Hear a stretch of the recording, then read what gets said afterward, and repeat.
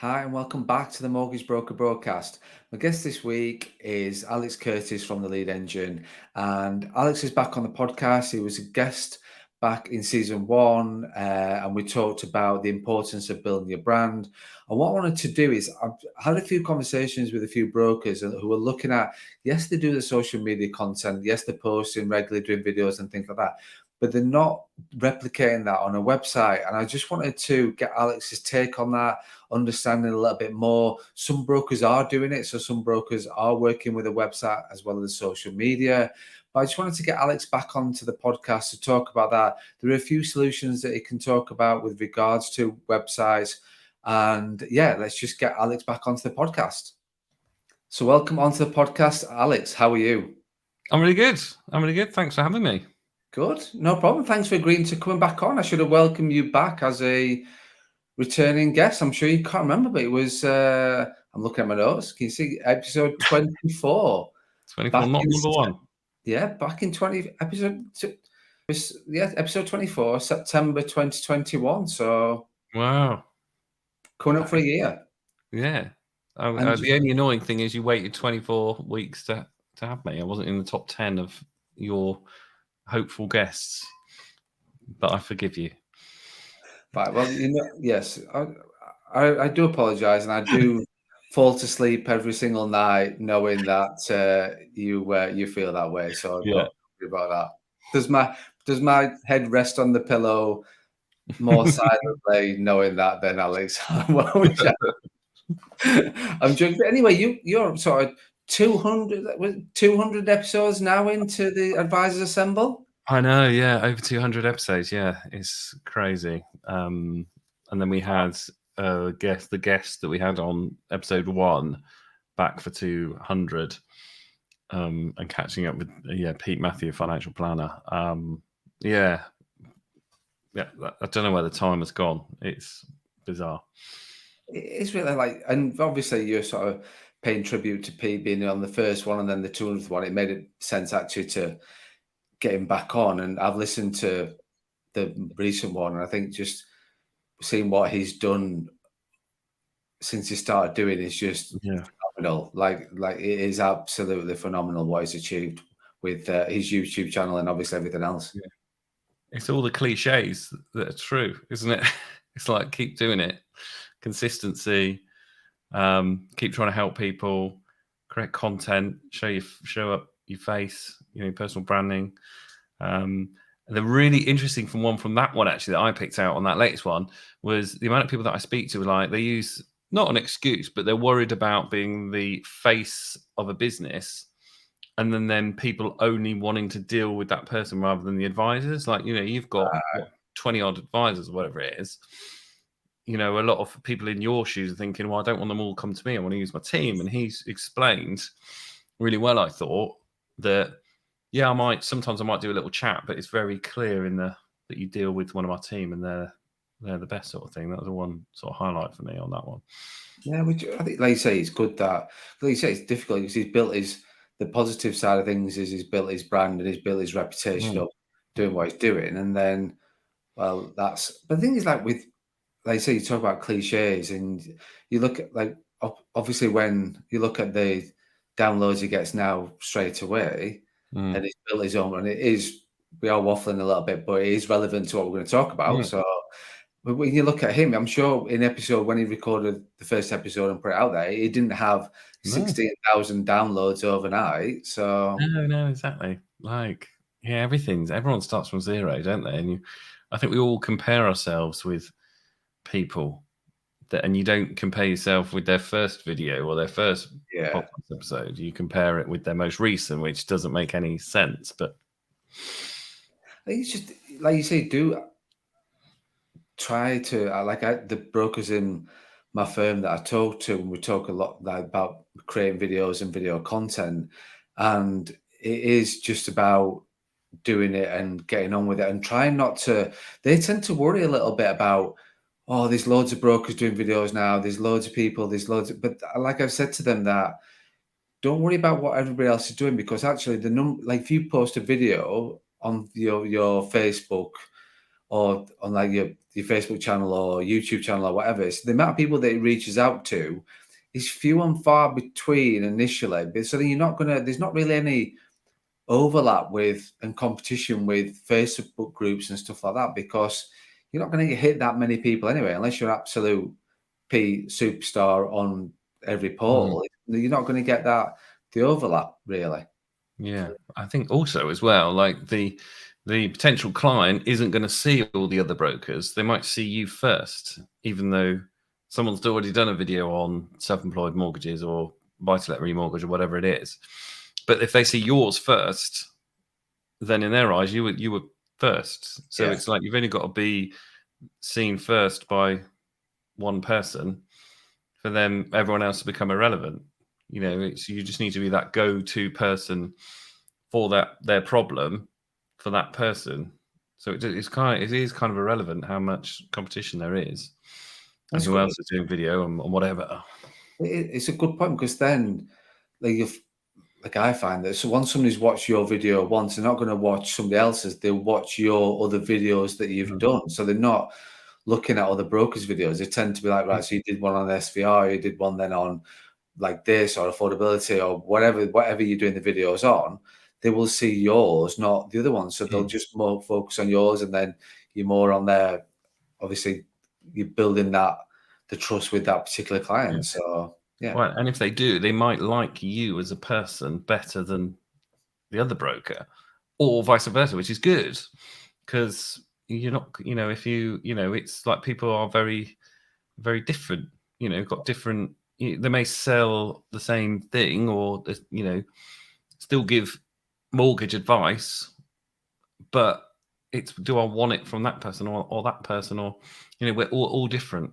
We're all, everyone's unique. That's you are the USP, not the video, not the content of the video. It's you as a person. Like, some people think I'm an idiot because I like Batman and gin and Advisor Assembled, and they turn their nose up at it.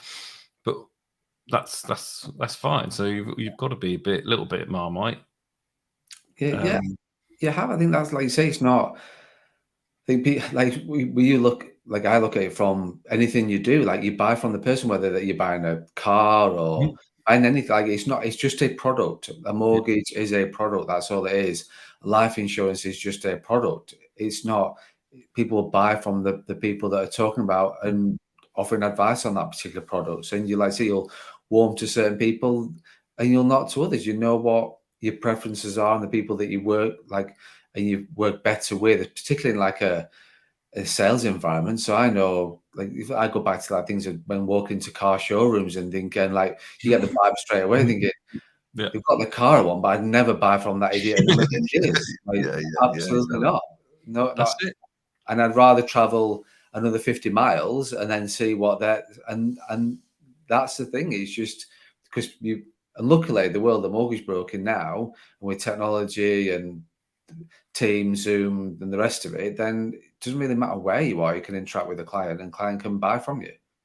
Absolutely. But I think we forget how much people hate being sold to. Like, we were buying some furniture, and like some of the places you go into, and you're just like, you can see them like with their little clipboards, and they're like, "Oh, who's going to get to him?" And it just makes you feel so uncomfortable because they're on commission.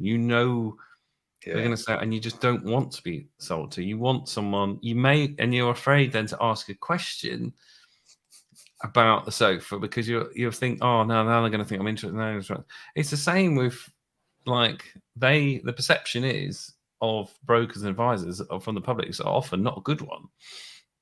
The reality is, pretty much every broker advisor that I've ever met are really genuinely nice people that genuinely want to help. Yes, they want to make money, and but it's not about that for a lot of people. But the perception is from everyone else that I'm going to be sold to, and that's why creating content and letting people know who you are before they pick up the phone will attract more phone calls. Well, because if you think about it, like going back to that sofa analogy, if you started to look online, gain some ideas, and somebody you saw some videos, somebody popped up in your while you were searching on Google, and then you saw them, they were doing a video about that particular sofa or doing something about that, and they were talking about it.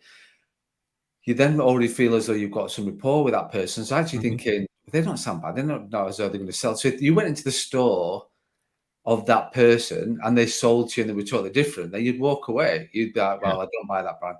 But then, and so they want the reality of what they've seen on the video. And then if you walked in there, you're going to have a smile on your face, actually not, because you feel as though you know that person already. You've not got any preconceived ideas. So you're thinking, actually, the person's all right. They're quite, like, and if they walked over to you, you'd probably be more receptive to having a conversation with them rather than the defensive of, oh my God, I just want to look. I just want to have a browse around this store without being sold to.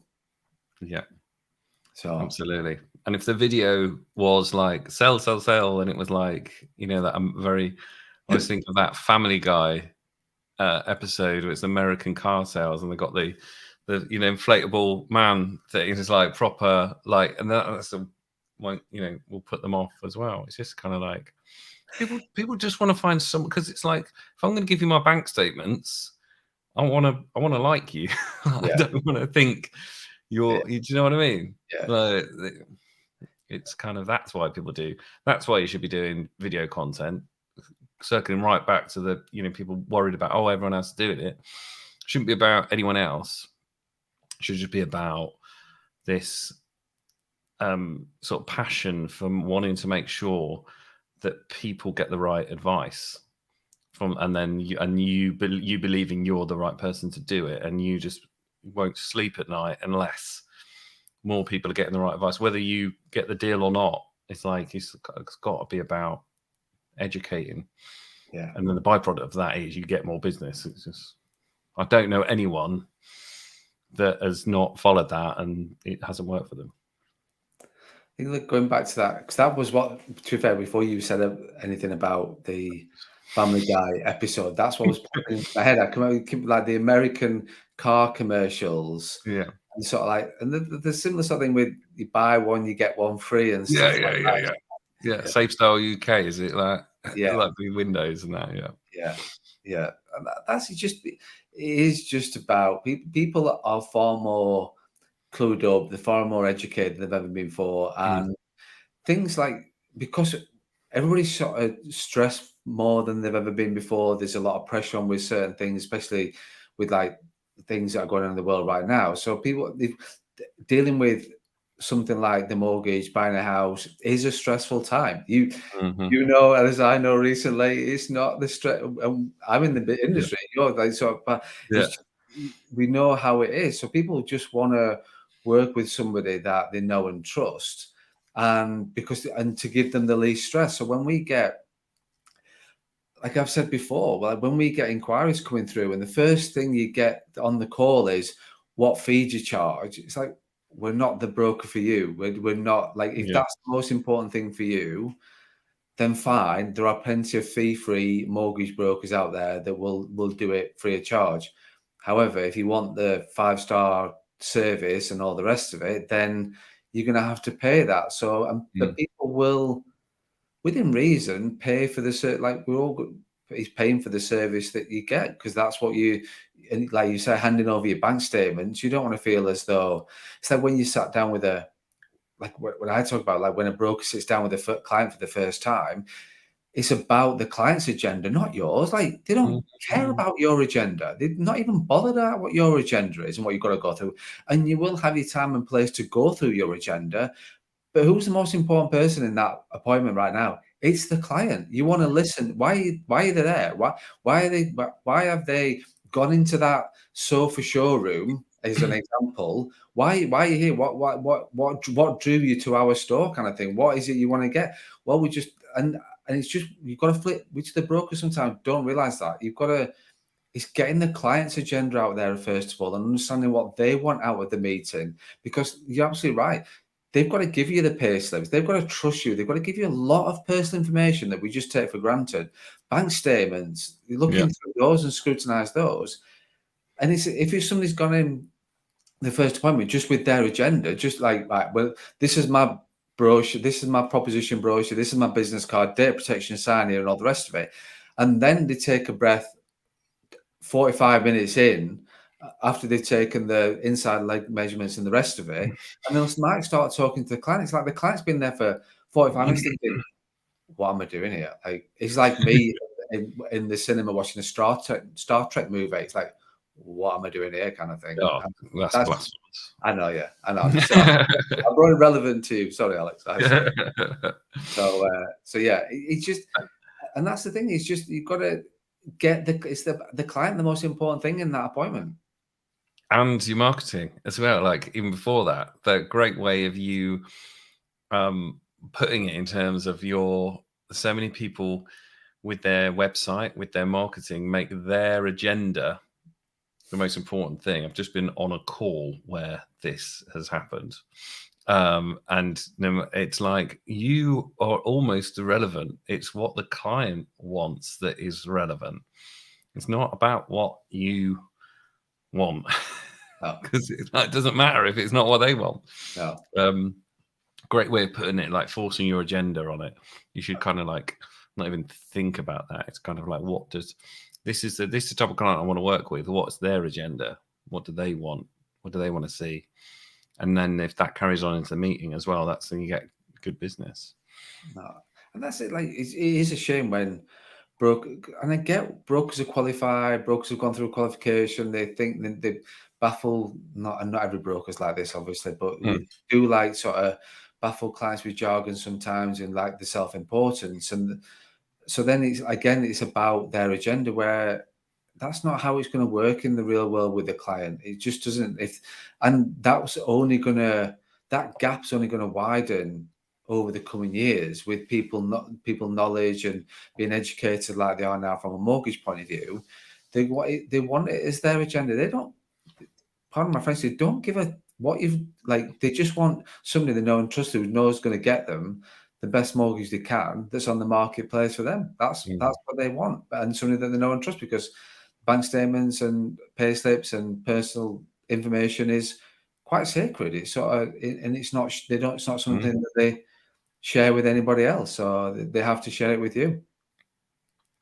So anyway, we've gone on for a little while already, and no, exactly. And the idea. So what I want to the podcast we did in September last year, which was talking about why it's important to build your own brand, and I think it's an easy conversation for you and I, because I know how important it is for you in terms of from building our own brand point of view and not buying leads from the brokers that you work with and the firms that you work with. And you know that it's something that was very important for me. It's not about buying leads, it's about building a brand, and that's sort of why we work together, and that's why we love the relationship as. But not everybody sort of sees it that way. But what I wanted to do is just following on from that. And what I've found and what I'm really liking is that there's a few brokers out there that are now, even though they're part of firms, even though they might be within another business and stuff like that, are starting to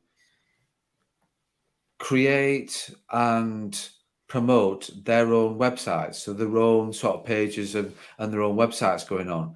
And just something I know we talked about, and I just wanted to get you onto the podcast to talk a little bit more about that further, and not being sold to, as we're joking about that, but talking about why am I seeing, and why are you finding, and why there is more and more mortgage brokers out there starting to think, do you know what, I need my own website now. I'm not just happy with a Facebook page and an Insta page and my profile on LinkedIn looking smart.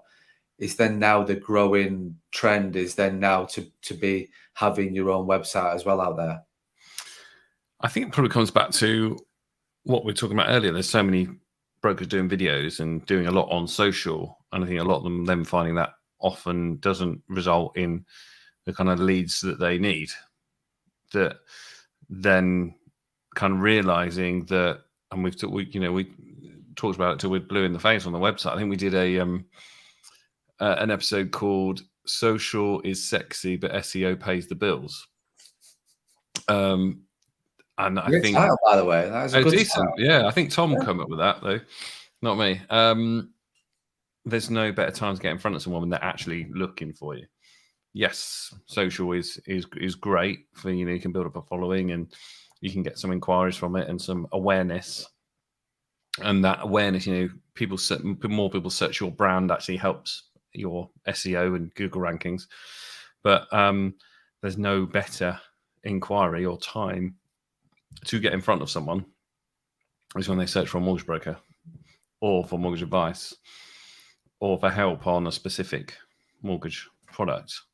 And that's ultimately not really happening on social. You're not really sort of searching as much on social as you do on Google. There's over 7.5 million searches on Google every day. It's one search every 3 seconds around mortgages. I can't remember the maths.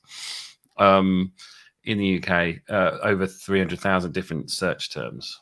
There's a lot of people jumping on Google looking for help and advice around mortgages. The market is huge, and they convert into inquiries because they're looking in that moment. They're looking. Whereas social, yes, it's kind of like that advertising that we're using, like magazine advertising. It's all getting in front of people and being top of mind when they're ready, and that's really hard to do. To keep people's attention and remember you. That's a really difficult thing to do. It can be done, can be done certainly, but when there's thousands of people search something and you're top of Google for it, then you get lots of, and your page and site is good, you get a lot of leads. And then if you need to feed leads, not just for you, for your team, then you need more volume than what is on social.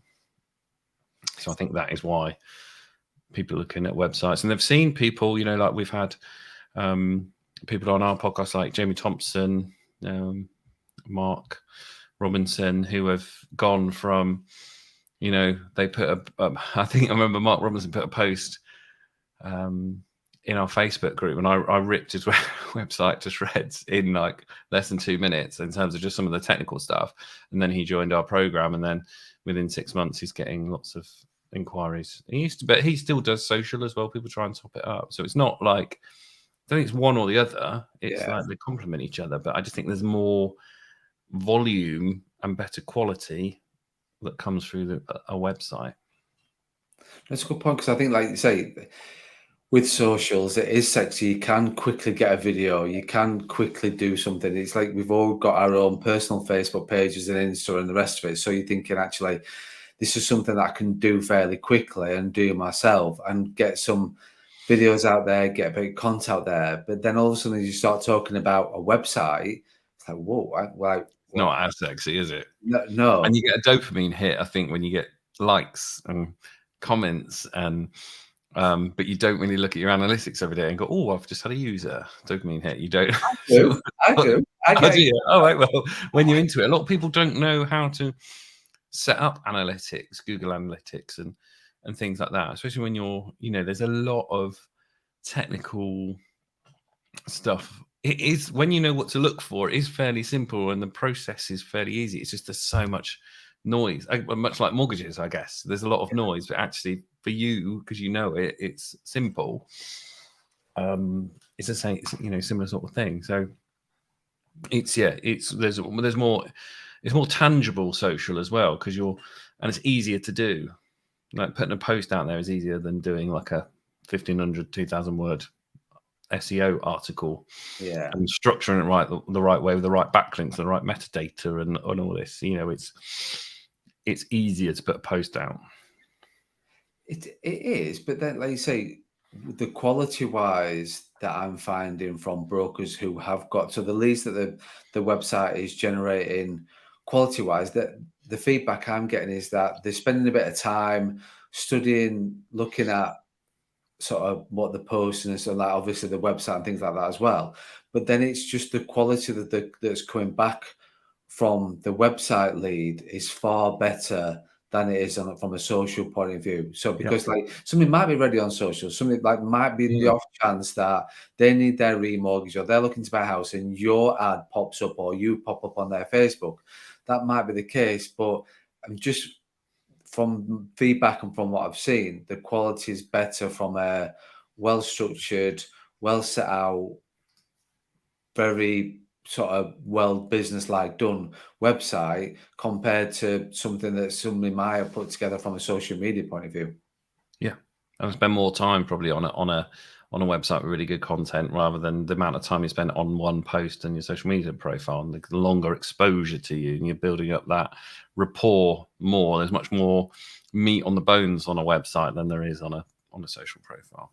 Yeah, that you've got how many pages you need to do, how often do you update those pages and things like that. So when we look at websites, obviously there are options for brokers out there to do it themselves with the likes of GoDaddy. I've seen a few people doing Yeah. GoDaddy and stuff like that. So in terms of process for somebody like that, so thinking about dipping the toe in the water and doing something for themselves, what's the first thing to do? Get the domain first of all, and then go from there. Yeah, well, we recently just did a series on things to consider. I'm just going to promote my own podcast on yours. You asked a question. We did do a series on things to consider before launching a website. And the first episode 1 was about domains. The scary thing is they cost nothing, 10 quid for 2 years or whatever. If no one's used, if it's available on the registrar sort of thing.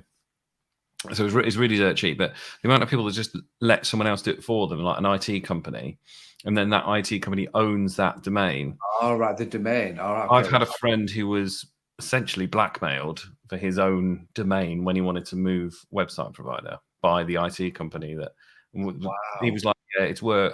You can buy it off me for $3,500, I think it was." I've had someone else. She chose someone cheap in India to do it, and the guy wasn't malicious. He just didn't care. So when she wanted to move away, he registered the domain and just stopped answering her emails. So she lost her domain because he just was non-responsive. So it's like, buy your domain, own it, set up yourself, because you just don't even risk that. It's a good point as well. So yeah, get a domain was the was the answer, but definitely buy it yourself. Yeah, just make sure you get the domain and you own it yourself. And I think Yeah. even if it'd be interesting to get your viewpoint, but like my thought would be that even if right now I don't want a website, even if right now it's not something I'm going to look to do, but I've got my business name and there's something that I trade under, and I'd say just for the sake of getting the domain registered, 5-10 quid or whatever. Yeah, absolutely. And then even just like, I think just have something, because I had this call earlier. People will search your brand name or your name who have been referred, but it's kind of like a soft referral, if you like. So you've probably got more awareness than you realize. It's just that is not there. Those people who have been given a link in a WhatsApp group or something, or a post, have not got seeing enough meat because there's nothing there. Yeah. So sometimes like, our biggest, our best, our quickest wins with clients is that if we look, they've got loads of branded search but not getting any leads. We know a new website and the way we put it together, we'll get more leads and that will pay for ourselves. And then we're profit generating from day one. On a smaller scale, that's still applicable because, for someone just starting out and you've done a mortgage for someone that's a friend of a friend, and then a friend of that friend, there's the relationship is further part away. They're still going to want to look you up and see what you're about. And a website is a great way of doing that. Some of them will find your LinkedIn or whatever, but you can still have, if you're creating content, if it's on your website and they can get to know you more and all those things, so probably get more inquiries from it. Sorry, Alex, that's a good point. With regards to content, when you're looking at creating content on your social media, why isn't that on your website?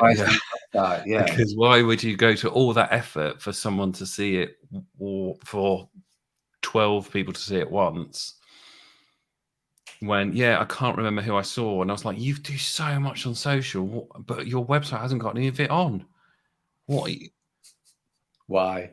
Because people, it's like, if you rank for mortgage broker Peterborough, and you're getting traffic that's evergreen, and people seeing that, people are going to that website every day, day in, day out, in your sleep every single day without you having to post anything, and they can see all this content. Like, why wouldn't you? I know it's depending on how your website's set up, it's effort or time, or it may not be the easiest to do, but it is worth it. And there are, you'll be able to find ways of doing it much easier. But yeah, if you're creating video content, 100% you want people that search for that have had that soft referral to see that as well, because there's no guarantee they're going to go through your social media history. I think the thing is as well, like what we said right at the beginning about people buying from people, and I think if they see that your social media profile is full of videos, full of this, full of that, for the other, and really so, and then they go to your website and it's just very much, there's nothing about you. It's just very much a mundane. Am I in the right place? Yeah, yeah, exactly. That's it. Like, hey, what? Like, I don't get and you're sending mixed messages to the people that are out there searching for you. So I think, like I say, you got to, what you're looking to do in terms of your social media profiles and your aims and goals for that should be replicated with your website. Absolutely. So if I'm a broker side, so we talked a little bit there about registering the domain, creating your own website. Is it something that you can do yourself as a mortgage broker? Yeah, I think so. Yeah. I mean, I suppose is getting a mortgage something I can do myself? Yes, I can. Will I get the right one without speaking to someone like you? So no, same sort of thing. So yeah. I think, yes, go. It's really hard when if you're literally just launching, you probably don't know what your business is. Mark one of your website, whether you pay 20 grand for a London agency, well, probably 50 grand or 20 grand or 10 or 5 or 300 pounds or 50 pounds. It's not going to be right on day one. So it needs to be something that can either change or something very basic, like a one pager, till you learn what it should be. It shouldn't be set in stone, certainly, whatever it is. It should be able to just to change if you need it. Not everyone's going to need one because they get loads of leads because of the estate agent referral or whatever.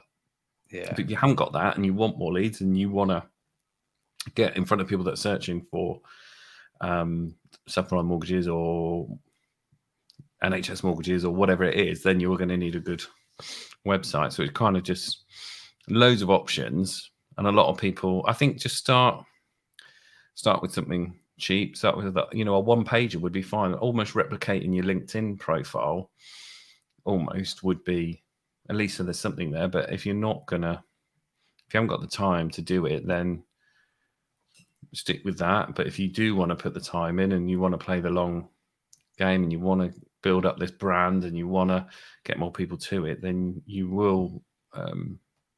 There's so many options. It's like there's so many lenders. Yeah, it's really difficult to give it's a bit like you guys. I think you need to know the individual circumstances or whatever the phrase is. Yeah, you got. No, so, you fit within the criteria of what the yeah, exactly. And I get that. So because I think for most brokers that are part of firms who are working with one-man bands and stuff like that, it's more about the ones with the working part firm. Because what I see, I know this setup from my own firm, how this works is that if you self-generate something yourself, you get more commission, you get better commission split. That's not a trade secret. That is a fact.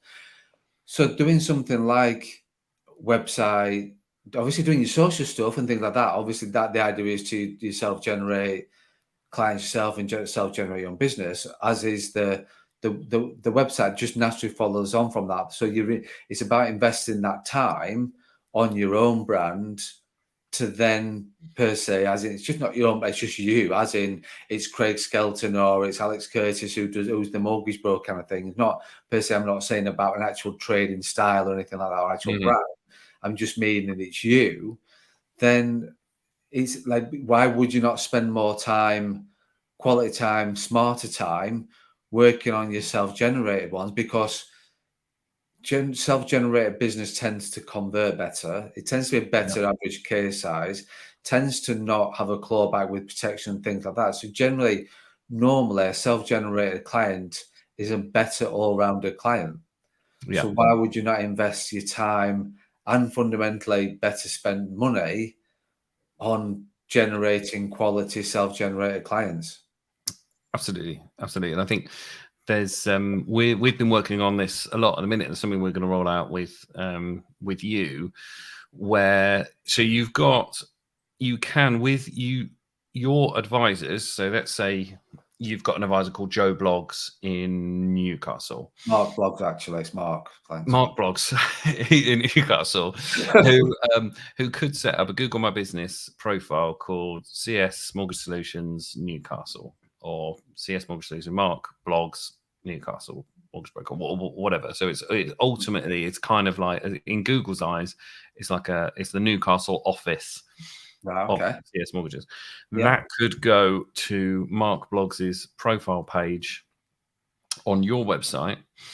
So that advisor doesn't need his own one. You can add that to yours, and it could almost be set up as a Mortgage Broker Newcastle page and feature Mark. So it's sort of semi SEO page for Mortgage Broker Newcastle, but also semi a profile page. So be a bit like what does a mortgage broker do type content, sort of from Mark's perspective.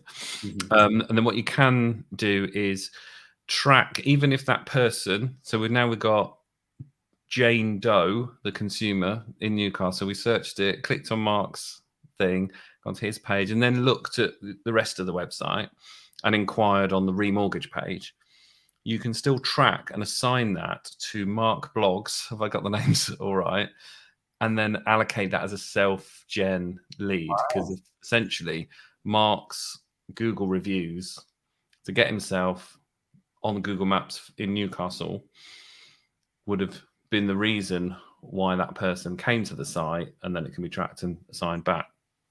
So this all exists. So I'm giving you news that we give to you on a meeting to everyone, but that is there because we know the importance for you who has advisors to, in terms of your recruitment, of saying that we've got this process where you can self-gen and it's not going to cost you anything. You've just got to, every client, you've got to get your Google review. We do the company Trustpilot ones, but if you're getting a Google review as well for your sort of location, almost, even though you're not a franchise, you're a self-employed advisor in this area, and you can build that up. And then you can also use this page for your social. So as long as you use this link with this thing on it, and you use that will always be tracked as a self-gen lead that will go straight to you and bypass where all our other leads go.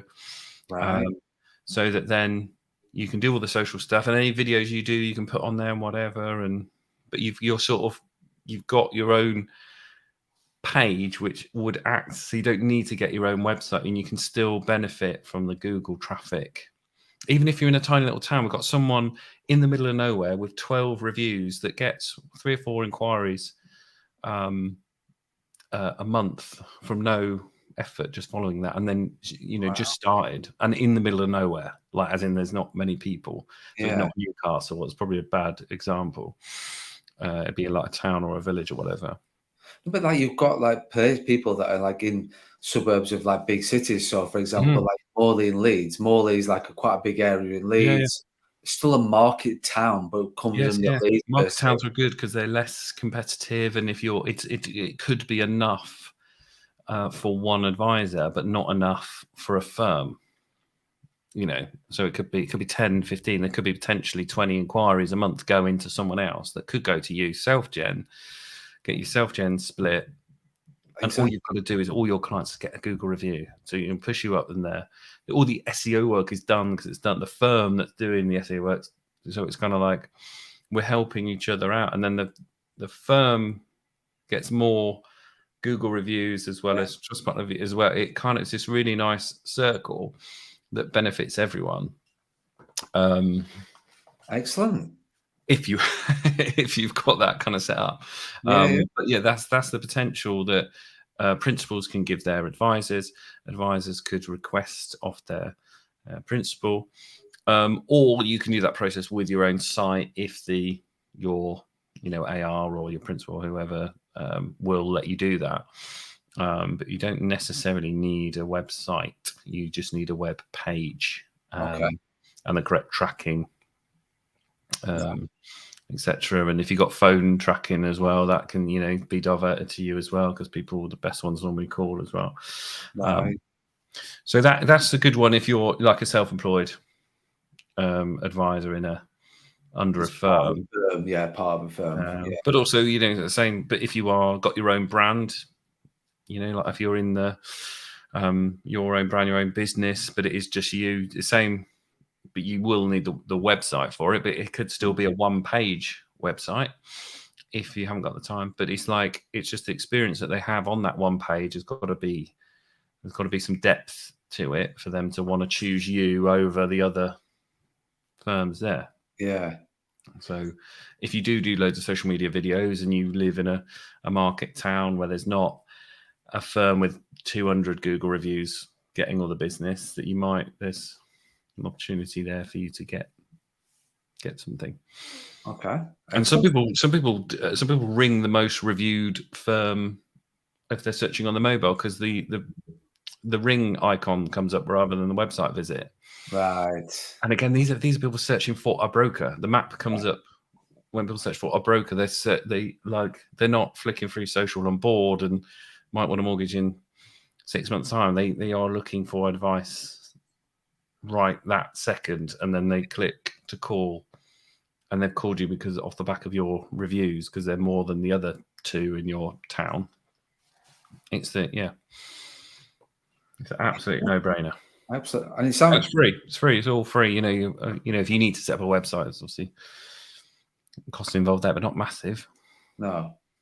So what if I'm a broker that's not part of a large firm, thinking this all sounds very good, Alex, but I'm not part of a large firm, so I can't really benefit from the Google My Business. I'm prolific on social media. I'm doing my content on there, but the website, the whole web thing, sort of, I feel as though it's black magic, and I don't understand. There is a way that they can still work with you guys without sort of, and but it's a bit of DIY stuff, but then a bit of a hybrid stuff. Is that right, Alex? Am I using that the right terminology? Yeah. We did say people don't like being sold to. But I'm just educating. It's educating. Yeah. There is options out there. We've talked about DIY. We've talked about you can be part of a firm and get your own page kind of thing. And now we're going to talk about that, actually hybrid stuff. So we do have essentially some website templates that can be branded up for your brand and set up, and it's kind of, you have to, the time resource for us agency side is creating content, but there are some things like putting together a website that would be fine for a starter. We talked about Jamie Thompson, Mark Robinson. They took this DIY. They've been almost 2 years on it now. So there are those options, and it is so there are cheaper options, definitely, like your GoDaddy self-build thing. But we do have the training sessions in there. So we do like a Friday webinar every Friday lunchtime, like half an hour, sort of bite size. So it's like there's a Google Ads course, there's an SEO course, there's a introduction to lead, what is lead gen, and obviously how to edit your website. And we make it really, so you've got the same sort of drag and drop, easy to use website, but structured in a way and guided in a way that, that this kind of the same advice that I give you, but I just do, my team does the work for you, but I'll give the same advice to them, but you go and do it, and here's how you do it. So there are those options. Yeah. Right. I think then feels as though, because like you say, it wasn't here to pitch about that services, but however, it's important that we talk about that, because it's like you say, going back to people use brokers for a reason, because they don't go down to lenders. It's because people want that.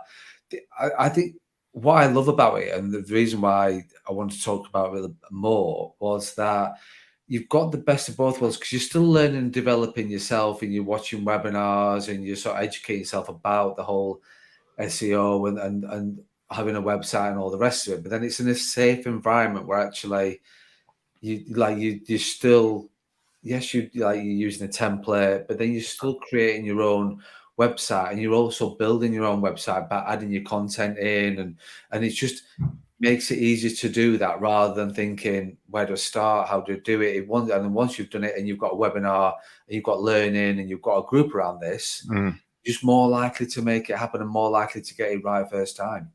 Yeah, absolutely. And you can change the templates. I mean, like both Jamie and Mark have changed the template quite a lot. It's easy to do. You don't have to.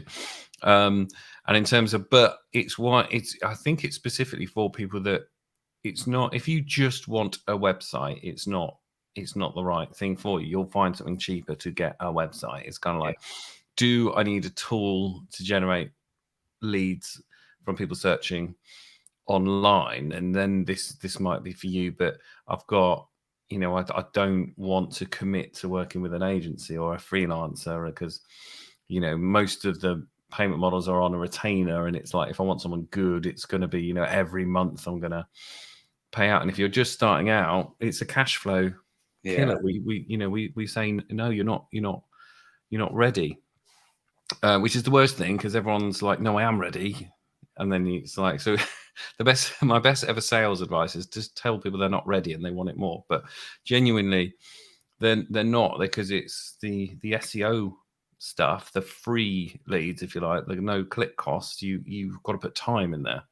Everything costs, whether it's time or money. And when you're starting out, you've probably got more time than you have money. So to make it work, and it is work, you've got to, it's not a, I'll get a new website, it will just generate a load of leads. It's not. You've got to work.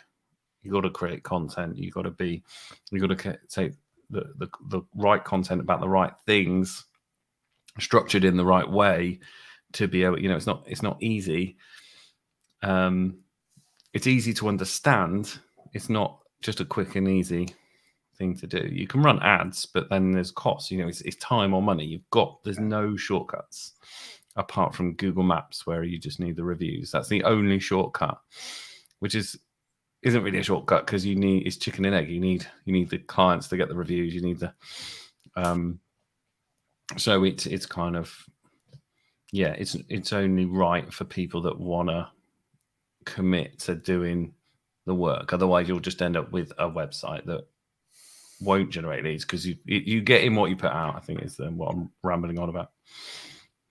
It's the same with anything. I mean, that's the thing with that is I think once you've got to be the right person to want to do the website in the first place, and want to learn and want to develop and see that as a serious lead generation and a serious way of getting out, reaching out to clients, and people seeing you and understanding you and what you're about. So I think you've got to be like that. You're not just got to see it thinking, oh, I'm going to put a one page out there, I'll get loads of leads coming in, and then I don't have to look after it. It's not. You've got to nurture it. It's a constant nurturing, constant building, constant developing. So you've got to keep working on that and keep developing that. And I think you've got to be that person from the start, because there's no. Absolutely right. There's no quick wins in any mortgage broking, full stop. In the mortgage broking world, whether you're a mortgage broker, like whatever you're doing, there are no quick wins. It's the same with doing your social media content or doing your website. There's no quick win. There is no quick wins with this career. So you know that you've got to work hard at doing what you're doing, whether that's getting into it, learning, developing your mortgage broker knowledge, forget all this sort of stuff as well. So adding on to this as well. But I think fundamentally, it's a massive thing. It's absolutely huge, because it goes back to what you and I firmly believe in, is that it's important to build your own brand, and you'll spend so much time buying leads, spending money, spending leads, giving feedback on crap leads and fighting for your money back, and you'll find so passionate about that, but then actually you won't spend the time to do what it is to build your brand. So absolutely. There are literally no shortcuts. No. Alex, I've just looked to the time and realised we've gone for far longer than what. No, I had a 2 o'clock and I've just been chased for it, and I was just typing a little message in saying, "Craig, I've got to go in." Sorry, mate. That is my fault. We've fine. Alex, thank you so much for your time. Thank you for coming back onto the podcast. We will obviously tag you in on your social media profiles. Can't wait to hear more about this page with Google My Business. So obviously we need to schedule a meeting. Yes, yeah. To talk more about that, definitely. But yeah, thank you so much for your time, input, and but thank you so much. No, thank you, mate. Thanks for having me.